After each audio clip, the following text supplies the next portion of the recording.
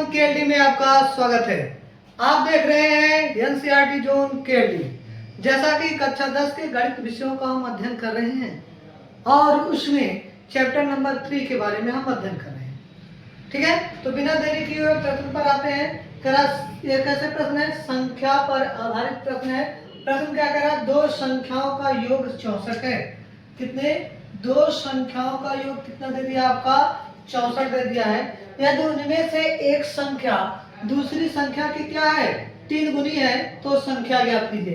पहला शर्त क्या कर रहा है? पहले हम मान लेंगे, माना पहली संख्या x, माना पहली संख्या x तथा दूसरी संख्या क्या है? दूसरी संख्या y है। दूसरी संख्या क्या है? y है। मैंने पहले मान लिया कि माना पहली संख्या क्या है आपका? x तथा दूसरी संख्या क्या है? y है। अब क्या कह रहा है? दो संख्याओं का योग 64 है। पहला शब्द कह रहा है कि योग मतलब जोड़ना। जहां योग शब्द का प्रयोग किया जाएगा वहां जोड़ने का अर्थ होगा, अर्थात x प्लस वाई बराबर कितना? 64। समीकरण नंबर 1। दूसरा शर्त क्या कह रहा है?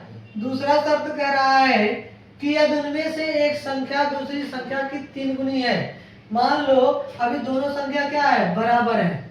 अगर x 3 गुना है y से, x 3 गुना है y से, तो y में हम क्या करेंगे? 3 का गुणा करा लेंगे।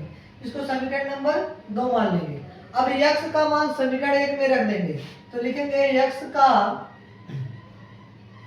मान समीकरण 1 में रखने पर, अगर समीकरण 1 में x का मान रख रहे हो तो क्या होगा? x प्लस वाई बराबर 64। तो x की जगह पर क्या रख देगा? 3y प्लस का y बराबर में आपका आ जाएगा 64।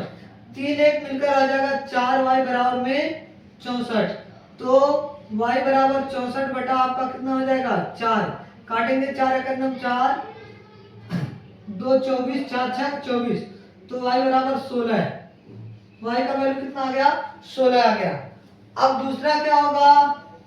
x का मान, तो y का मान समीकरण 2 में रख दो।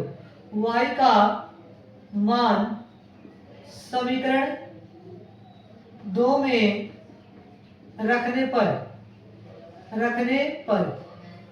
तो x बराबर क्या है? 3y है। तो x बराबर 3 गुणे y का वैल्यू आ गया 16। तो x बराबर 16 की यहाँ 48, यानी कि पहली संख्या आपका आ गया 48, दूसरी संख्या आ गया 16। 16 और 48 को जोड़ेंगे तो 64 आएगा, और 16 का 3 गुना क्या है? 48 है।